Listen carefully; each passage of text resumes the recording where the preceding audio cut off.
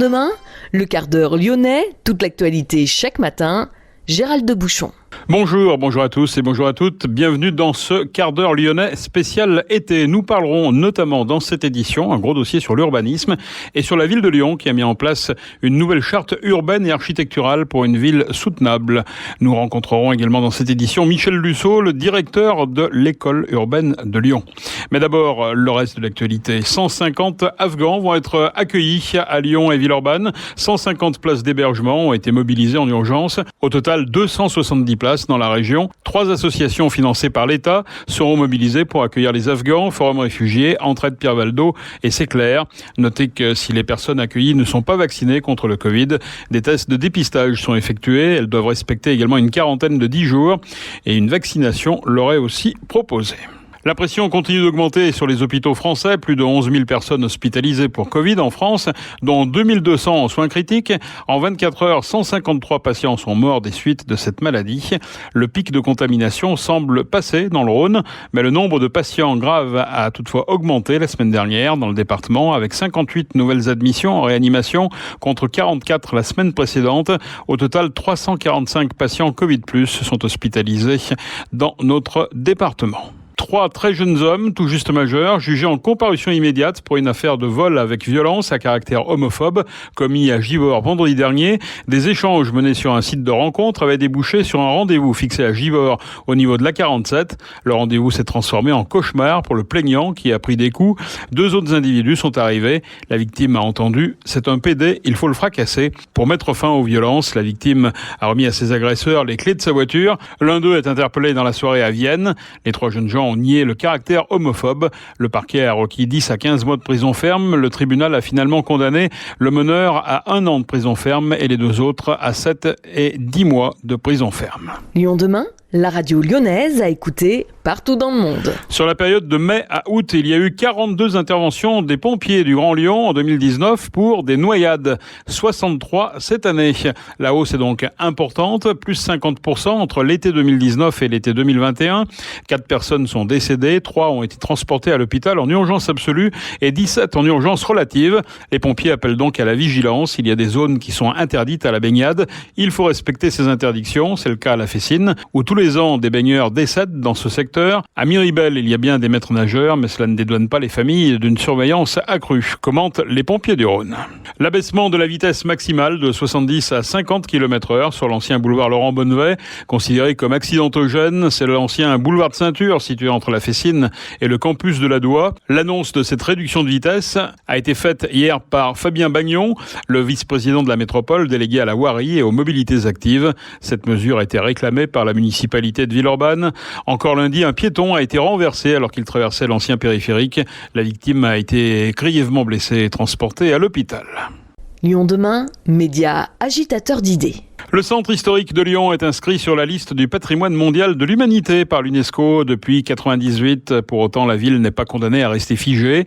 Si des éléments du patrimoine sont préservés, de nouveaux bâtiments se construisent et ils doivent respecter l'histoire de la ville, bien sûr, mais tout en s'adaptant aux contraintes contemporaines. Et parmi ces contraintes, il y a bien sûr le réchauffement climatique. La ville de Lyon a mis en œuvre une nouvelle charte urbaine et architecturale pour une ville soutenable. Chaque bâtiment doit désormais participer à la transition écologique. Les objectifs de la ville en matière de transition vont donc se traduire dans les projets d'urbanisme, comme nous l'explique Raphaël Michaud, l'adjoint à l'urbanisme de la ville de Lyon. Pour l'instant, on consacre une méthode, vraiment une qualité du dialogue qui était là en place depuis 30 ans.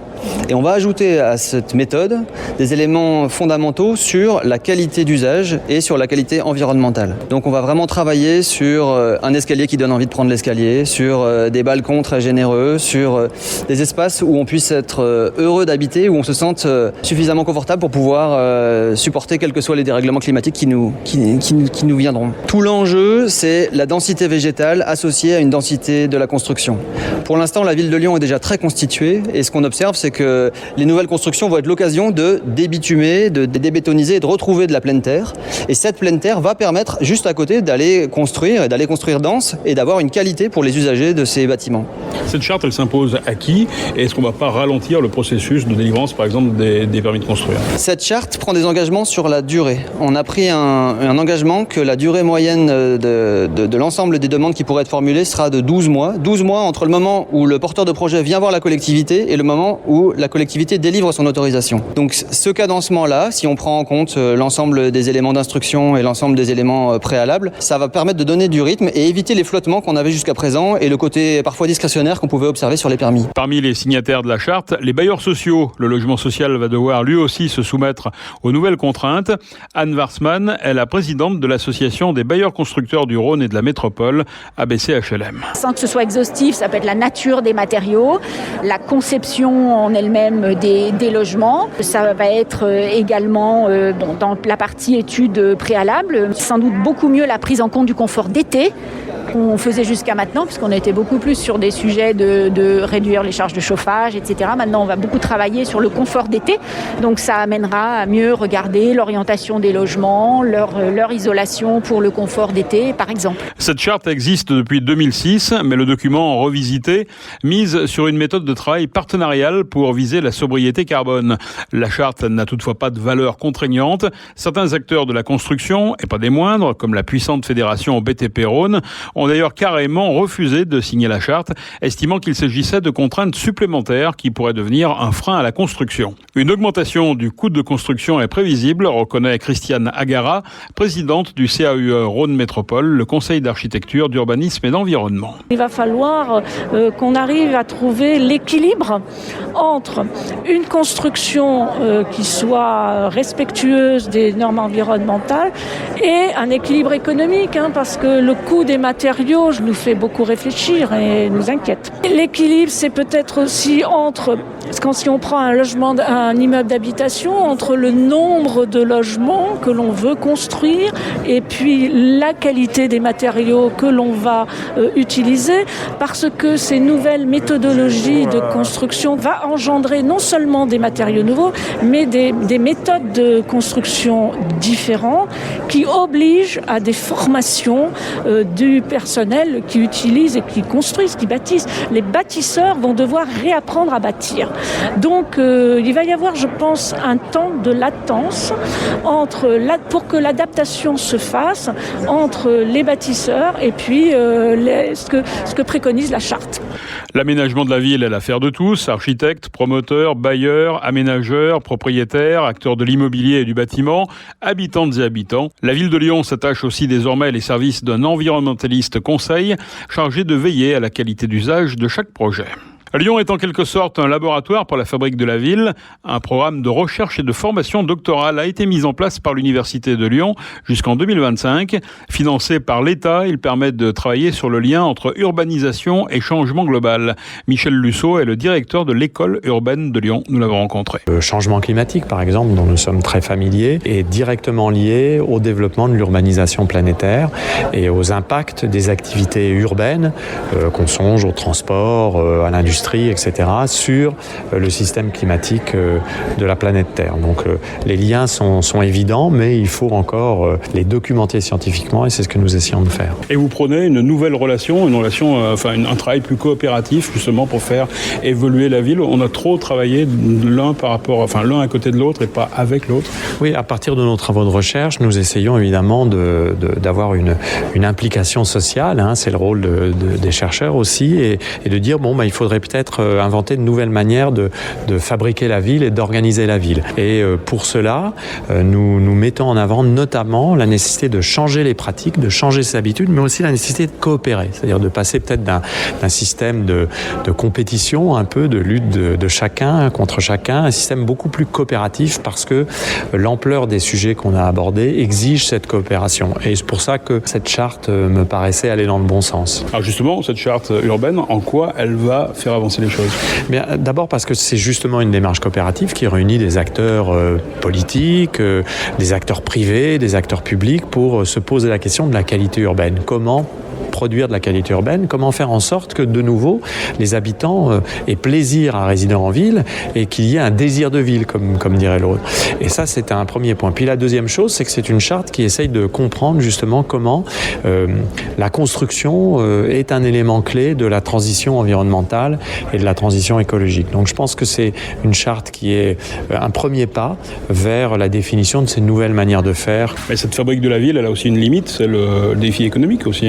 Alors un des enjeux, tout à fait, c'est de faire en sorte que cette transition environnementale soit également une transition économique, c'est-à-dire permettre d'inventer de nouvelles activités. On commence à voir ces choses-là arriver, il y a encore un gros effort à faire, mais c'est normal, nous sortons de plus d'un siècle, en quelque sorte un siècle et demi, peut-être 2 siècles, d'un système économique, et il faut changer de système économique. Mais replaçons-nous au début du 19e siècle, eh bien finalement nos aïeux qu'ont-ils fait? Ils ont inventé un nouveau système économique en quelques décennies sur lequel nous avons vécu. Eh bien nous avons peut-être la même chose à faire, ça n'aboutira peut-être pas dans les 6 mois, mais c'est un travail de longue haleine et qu'il nous faut engager. Je pense qu'il nous faut inventer une nouvelle manière de produire de l'activité économique, de produire de la richesse et de distribuer la richesse, et je suis tout à fait confiant sur notre capacité d'y parvenir.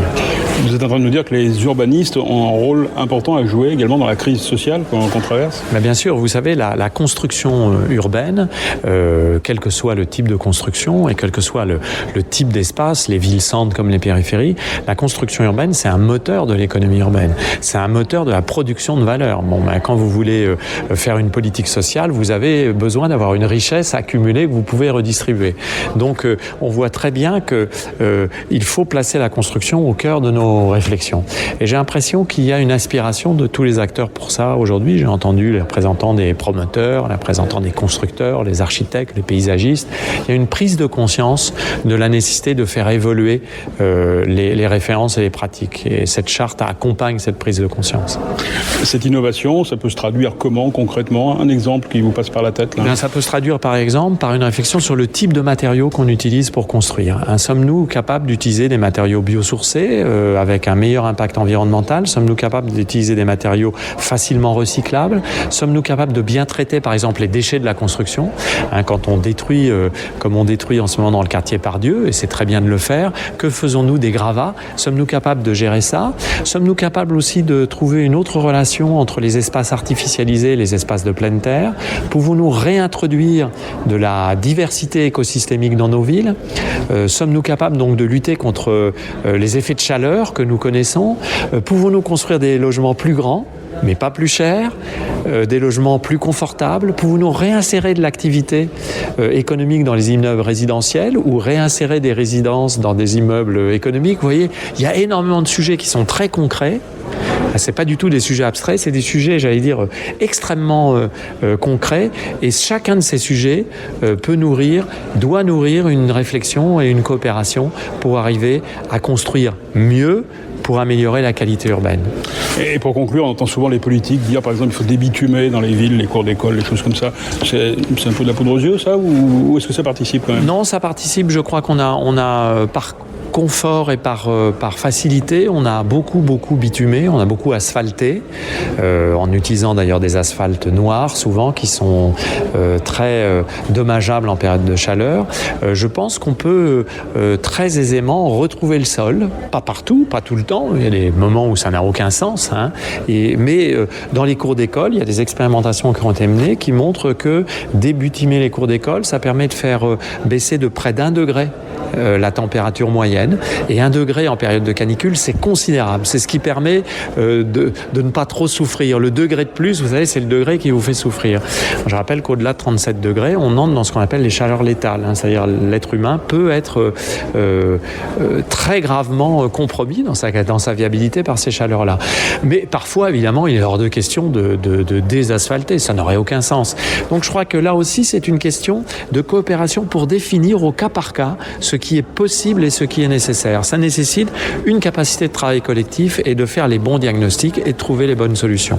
Vous qui dirigez l'école urbaine de Lyon, pensez que la ville de Lyon, justement, est un bon terrain de jeu pour vous? Oui, c'est d'ailleurs pour ça qu'on a créé cette école urbaine de Lyon ici, pour dire qu'il y a à Lyon une métropole qui est un terrain tout à fait intéressant parce que c'est une métropole de 1 400 000 habitants qui concentre en quelque sorte toutes les qualités et tous les défauts de l'urbanisation contemporaine. Donc j'ai l'habitude de dire, quand on observe Lyon, on comprend tout des défis auxquels sont confrontées les villes d'aujourd'hui. Donc c'est un formidable terrain de jeu pour le chercheur, mais c'est un formidable terrain d'expérimentation pour les acteurs. Michel Lusseau, directeur de l'école urbaine de Lyon. À l'école de l'Anthropocène, c'est un événement annuel organisé par l'école urbaine. La 4e édition se déroulera en janvier 2022 dans la métropole de Lyon. Ouverte à tous les publics, elle permettra de débattre et de construire des propositions autour de la ville de demain.